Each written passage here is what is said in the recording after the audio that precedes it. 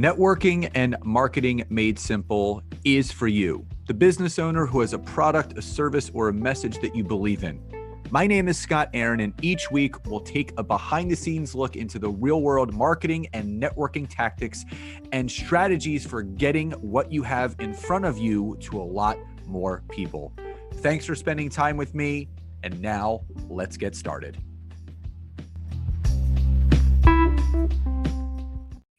Hey, everybody, and welcome back to another episode of Networking and Marketing Made Simple. Super excited about today's interview episode, and I know this is just some feedback that I've gotten from all of you over the last 4+ years, that you love hearing the stories of other people.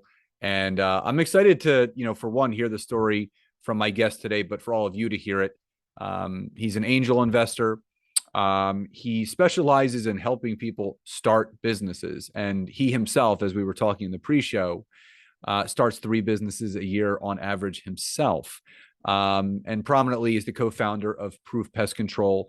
And what I love about this guest is diversifying one's business portfolio and creating multiple streams of income is obviously ideal in today's market, but also it allows you to do so much more with what you have.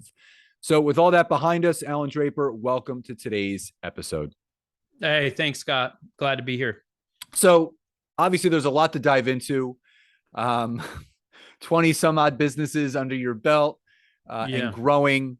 And, before we talk about all that stuff, people love knowing what that catalytic moment was for that person that kind of sent them down that entrepreneurial path that they're currently on. So if you were to think about that yourself, rewinding the tape of your journey so far, what was that catalytic moment for you? I honestly think that it began when I was a kid. I was actually kind of shy, but I loved to hustle. I grew up in a small farming community right on the Oregon-Idaho border. And I remember as a kid, I always had a paper route. I had a paper route for like 6 years. But in my spare time, I would go to the neighbors and offer to rake their leaves or shovel their snow, whatever the case is.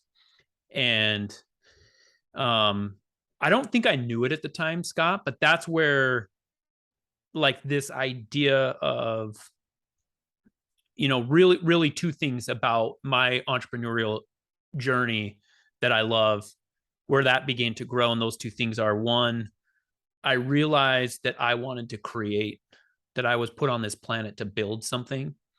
And 2, that I wanted to control my destiny. I wanted to determine how much money I made. I wanted to determine when, where, and how I worked, and all those things. And that was kind of the start for me. And since then, it's been, a lot of books, a lot of studying. I actually have a law degree. I practiced law for a while. A lot of people don't know that. Just kind of, that was the beginning, and always something that I wanted to become. You hear that. I mean, the dream is to, create your own schedule, create your own time, create your own economy. My wife and I, over the last 4 years, we've built our company and scaled it to levels that we didn't think we'd be able to scale. We're working 3 days a week, leveraged our time and our income. And, I think everybody inside of them, I think every human being has a part of their DNA that's entrepreneurial. But you hear this conundrum, and I would love to hear your thoughts on this, that yes, ideally it would be great for everyone to be their own boss and to create their own company, but yet you need lawyers, you need doctors, you need healthcare professionals.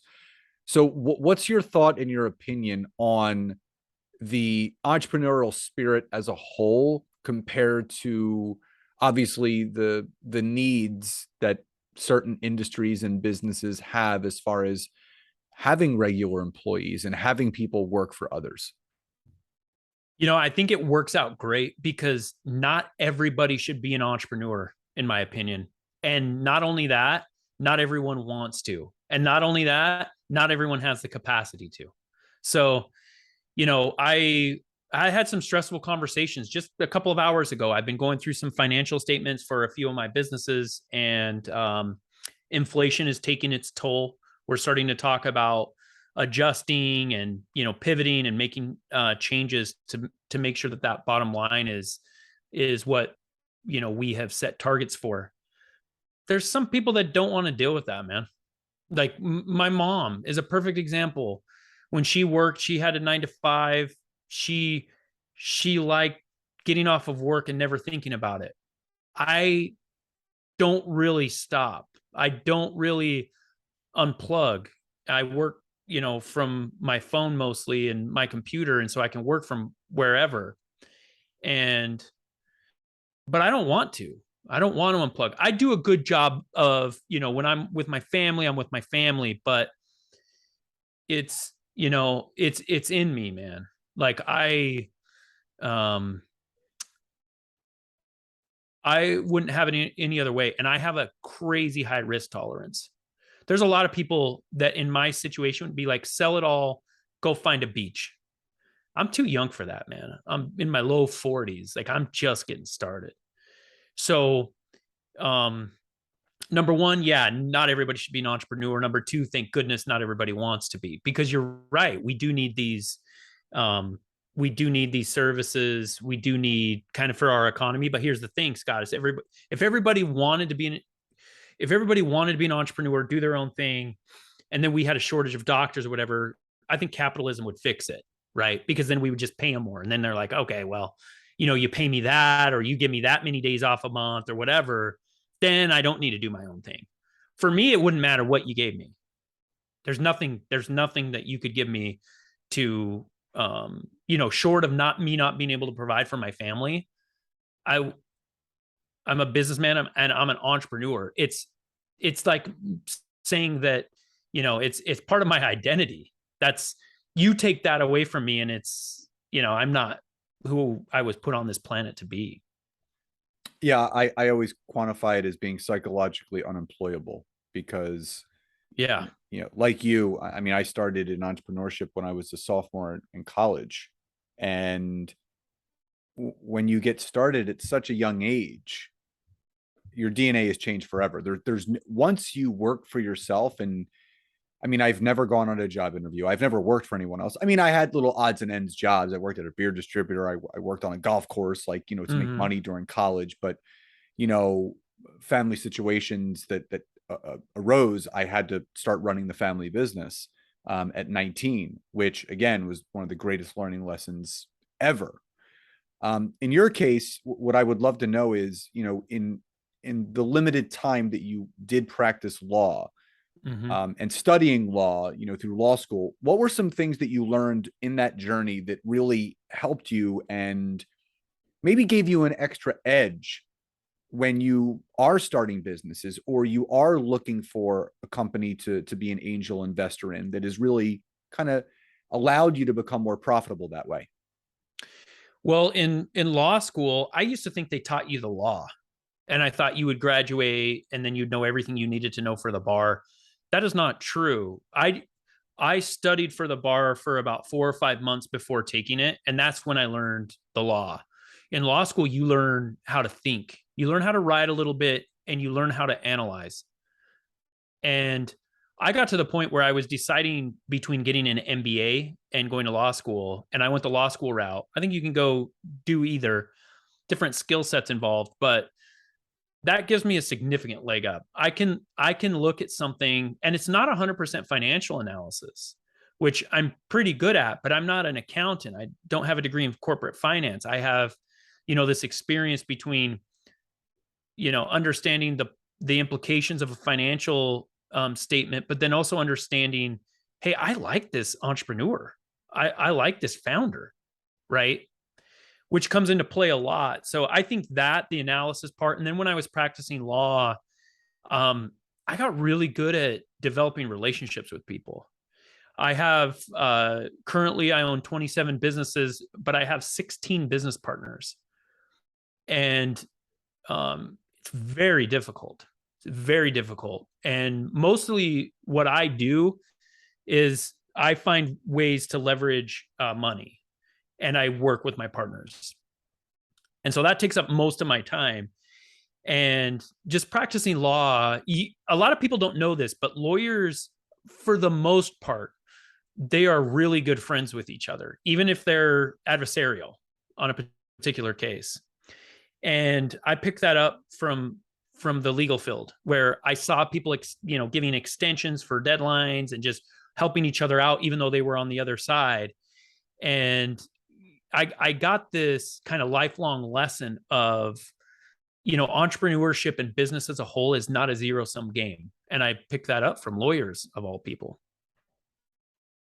So obviously being able to work with people collaboratively obviously is one thing. And, again, when you have 17 different business partners, to the person that's listening to this, it's like, okay, their head starts to spin. But before we go down, like, I think the angel investing route could be a whole separate conversation. What I want to focus on is the business startup, because as you and I were kind of talking in the pre-show, you love helping people start businesses. You yourself start 3 businesses a year.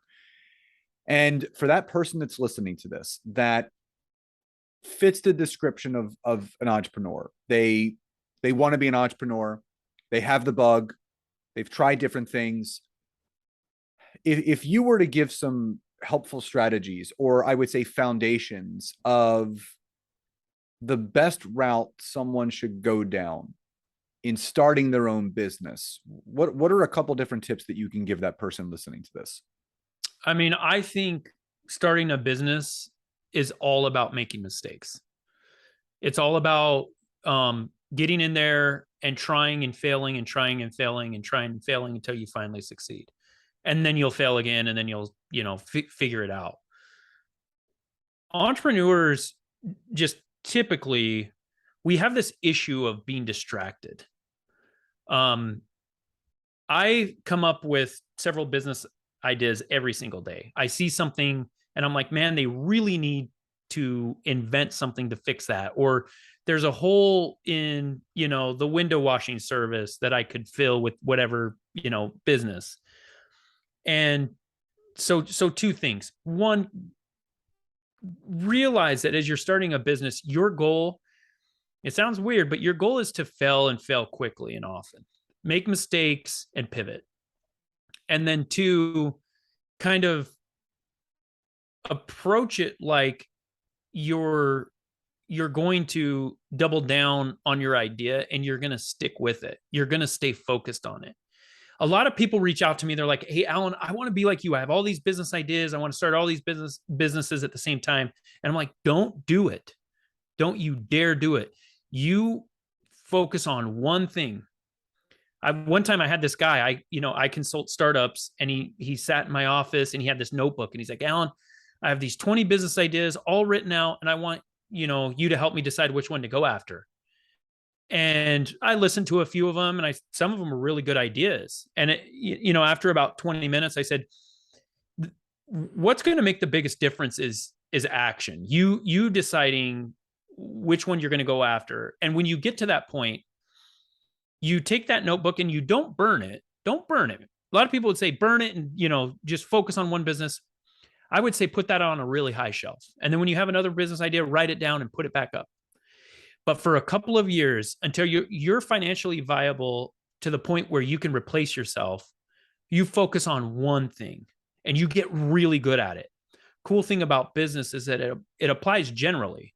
I'm involved in, I don't know, 10 or 12 different industries. I own a service company, but I also own a call center, and I've developed a software. I own a digital marketing agency. I have a fairly large real estate portfolio.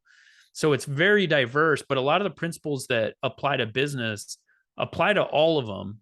And so if somebody's wanting to start a business, just focus, just hyper focus for several years until you kind of find, get your feet wet, find some success, and then you can kind of pivot out of that. I couldn't agree more. I always tell people, your failures open the doors to your successes. And I remember a good friend of mine, Andrea Waltz, wrote a book called Go for No. And Yeah. she always talked about your failure quotient. And, her and Richard Fenton, her husband, they said, if you want to learn how to succeed, learn how to fail first. And if you want the success to happen quicker, learn to fail quicker. Mm. Because when you increase the failure quotient, you're going to increase the success quotient. And that's something that my wife and I live by. Um, under the umbrella of our business, we have 8 different companies. We have 8 different things that we have going at once. And, obviously we have a team behind us helping us organize everything. But like you, we look for ways to improve maybe processes out there where there's like some holes and gaps. Yeah. And when you can find something, and this is the big thing. Everybody has a great business idea. I remember my wife shared this story with me that there was this guy that developed this bug spray that Hmm. killed any kind of bug you can imagine. It killed roaches and ants and wasps. And he took it to market and put it in, some like True Values and some hardware stores, and where they sell those kind of things, home and garden type stuff. And it just sat on the shelf. And next to it, people were buying everything but that. Hmm. So the guy went to, his business coach and consultant, and he goes, I don't get it. You know, People are buying, this bug spray and that bug spray. And, my bug spray, it says it right on the label, kills everything. So his business coach said, well, what if someone walking into that store doesn't want to kill everything? It wants a bug spray specifically for the type of problem they're having. Hmm. He said, why don't you rebrand the label? Kills ants, kills hornets, kills roaches, kills this. And he said, so the same thing, but just do different labels. He said, yeah. And as soon as he made that change where he niched down and he got crystal clear and specific, his product was flying off the shelf, and he quickly scaled it to a multiple 7-figure business. Because again, when you have a clear path and a direction that you're going to take a consumer down, where there's no questions in their mind like, oh, what am I getting with this? Or what problem is this going to solve? Right. The people that become jacks of all trades instead of a category of one, you're going to have a really difficult time really building that kind of business.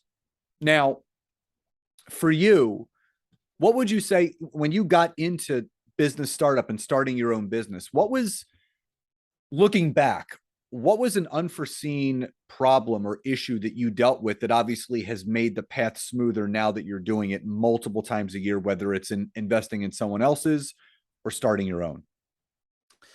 I think working with partners, I think um it's one of the most difficult aspects of business. And all of my partnerships, not all of them have worked out. I've had some that have failed. But it's something where I've really invested a lot of time and effort. And for me, it was not just about the business. It was about this, this element of me becoming who I believe, I'm meant to be. And I still struggle with it sometimes. There's times where, I can handle a situation inappropriately, or not pay enough deference to the emotions or concerns of one of my business partners.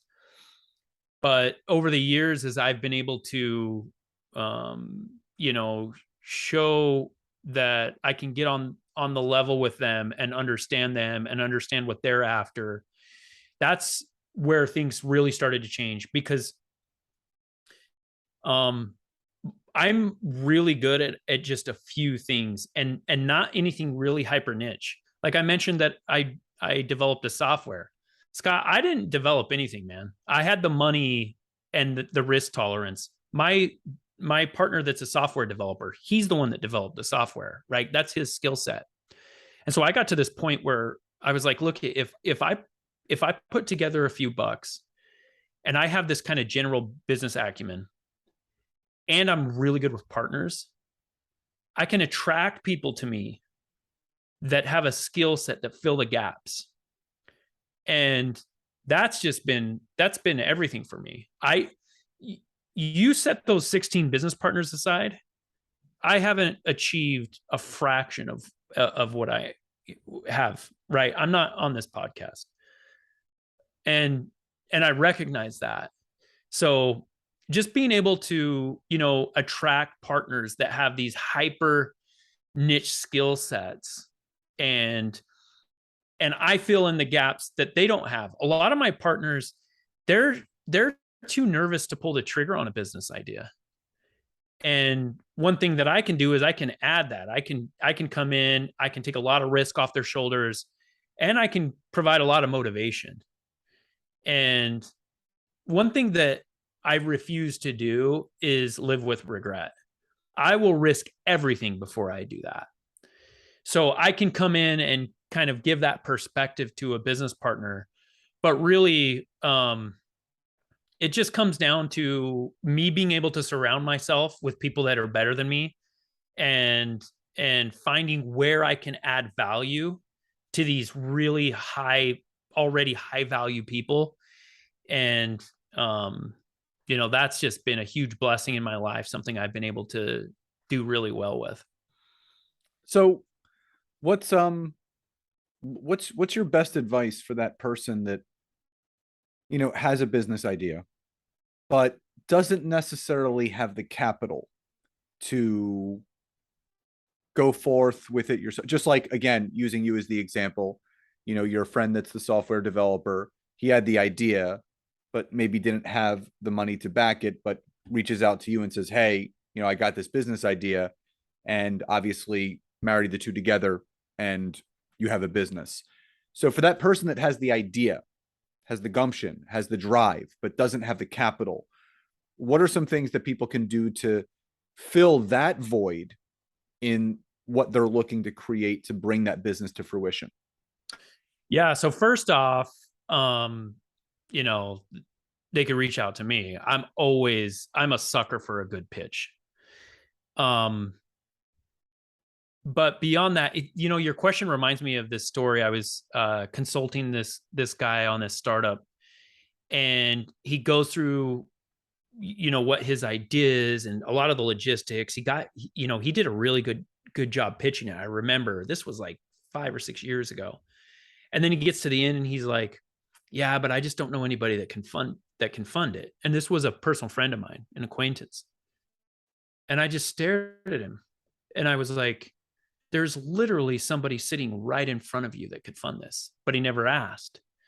And I think that's true of a lot of people. So there's only 3 ways to get money for your business.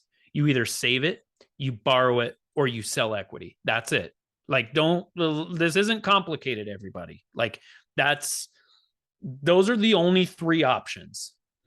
Now, that being said, there are people, especially in the economy today, and I think there's lots of opportunity coming around in the next year, 18 months. And the people that are prepared, the people that have a few bucks set aside, they're going to 10x, 100x their wealth. And I'm really looking forward to that. But, for those people that are like, yeah, I don't know anybody, you're literally listening to a podcast and I just invited you to come pitch me, right? Think about where you can get it. And I'm a sell equity first type of guy.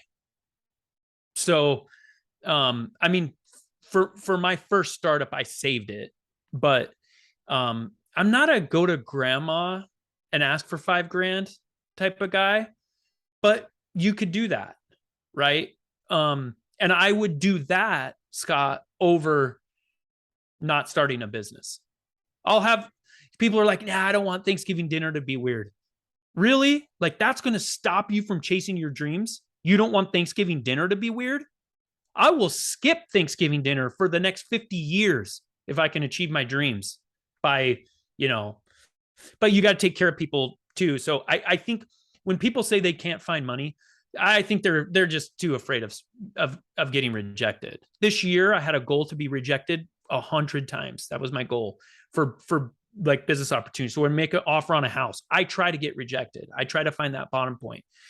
But I think ultimately it's just the attitude. There's money out there. Now, I understand the concept because I used to think like that. I used to think, no, man, getting money is tough. Getting money is not difficult. It took me making money to realize that, but it's out there. If you find somebody that believes what you believe, that kind of shares a vision of a company, that funds aren't that difficult to access. Yeah, my big belief is you have to ASK to GET. You have to ask in order to get. Exactly. So exactly. you want something to happen, you got to ask. And again, what's the worst thing that someone's going to say? No. I mean, again, don't be afraid of the word no. You're going to get more no's than you will yeses in your lifetime with anything. Whether you're young and you're asking girls out, you're going to get rejected more than you're going to, have yeses. It's every aspect in your life. It's kind of funny because people think that getting money for their startup is going to be their biggest hurdle, and they are 100% wrong. That is the beginning of your troubles. And so if you're the type that you're like, yeah, I can't find money, don't start a business, because that's going to be the least of your worries. But if you're the type that's like, hey, I'll take 100 no's, I'll take 1,000 no's, and each time somebody tells me no, it's actually going to motivate me more, not less. You're an entrepreneur. Someone could tell me no over and over and over and over, and I dig my heels in. And it's like, you know what? Because I need 50 no's to get to a yes, that guy telling me no just got me one step closer. So if there's an entrepreneur out there, I mean, if they came to me and they're like, hey, I need money for my startup, I don't know where to go, my first question is going to be, how many people have you asked? Well, no, I just don't know how to ask them. Just start. Just start. I did an episode on my show one time where I went through, and it was just solo. I just recorded it solo. I went through, this was a year or so ago, and I don't remember the details, but I went through kind of what I look for when people pitch me. Like if someone's coming to me for money to invest in their business, these are the things that I want to see in that initial pitch. But the reason why I understand those things is because I've tried and failed. And that's just what it's about. So if someone comes to me and they're like, yeah, I can't find money, and then I ask them how many people they've asked, and they say, well, I haven't asked anybody, I don't put up with that stuff. That I think people need to figure out why they're doing it in the first place. Because if you're doing it just for money, you're doing it just to make money, you're starting your business so that you make more money, just go get a job. Yeah. There has to be something deeper than that. Yeah, turn your excuses into reasons. So if you just give yourself excuses of why you're not going to do anything, you're not. And it's just a mindset. So, 100%. As we start to wind down, if people are interested in learning more from you, about you, want to pitch you on their idea, what's the best way for people to get in touch with you, whether it be social media, website, and how can you help others that are listening to this episode? Yeah, so check out my podcast. It's the Business Growth Pod on all major platforms. I'm really active on Instagram. It's a great place to reach me. And then I have a website, allandraper.com. You can schedule an appointment. I have a Calendly link there where I do consultations, 15 minutes. And I get pitched about 10 times a week. And so it's kind of my thing. And I'm a business consultant. So even if I'm not necessarily interested in your startup from a investing perspective, I'm definitely going to be able to point you in the right direction, kind of help get, those first key steps, of momentum. And I mean, I honestly, Scott, I think I was put on this planet, just professionally speaking, I was put on this planet to start businesses and to help others start businesses. It's, I consider it a hobby. I love it so much. And that's kind of what I'm after. So happy to help any way I can. Love that. And for anyone that's listening, all the information that Allan just dropped will be in the description of the episode, and also the email that goes out along with this. So you're not going to have to look too far. So, Allan, final question before we sign off. What does success truly mean to you? I mean, success is us just living consistent with who we believe we are. It's reaching that potential just when we're alone with our thoughts and just identifying who we are at our core. It's living consistent with whatever that is. For some people, it's living on a beach. For others, it's becoming a professional golfer. Others, they just want to have a family, and all of those things are very commendable. So it's just being consistent. It's achieving our who we were put on this planet to be, and achieving that perspective. Love that. Allan, so grateful for the conversation today and for all your knowledge. And first, I just want to congratulate you on all your success and continued success, and looking forward to future conversations. And thank you again so much for being here today. Yeah, my pleasure. Thanks, Scott. So again, everyone, all the information on how to connect with Allan, all the things that he's doing is going to be in the description of this episode. So everyone, please enjoy the rest of your days, and I'll talk to you next time. Bye, everyone.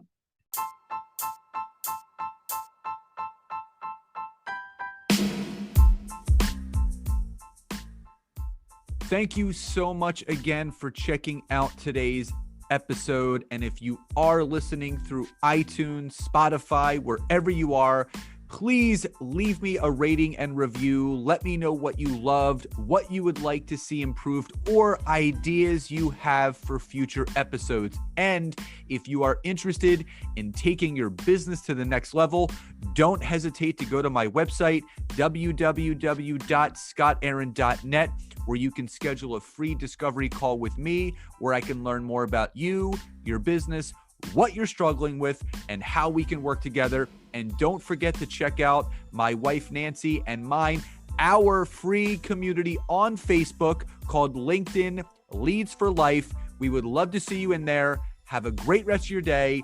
And thank you, everyone, for your support. Grateful for each and every one of you.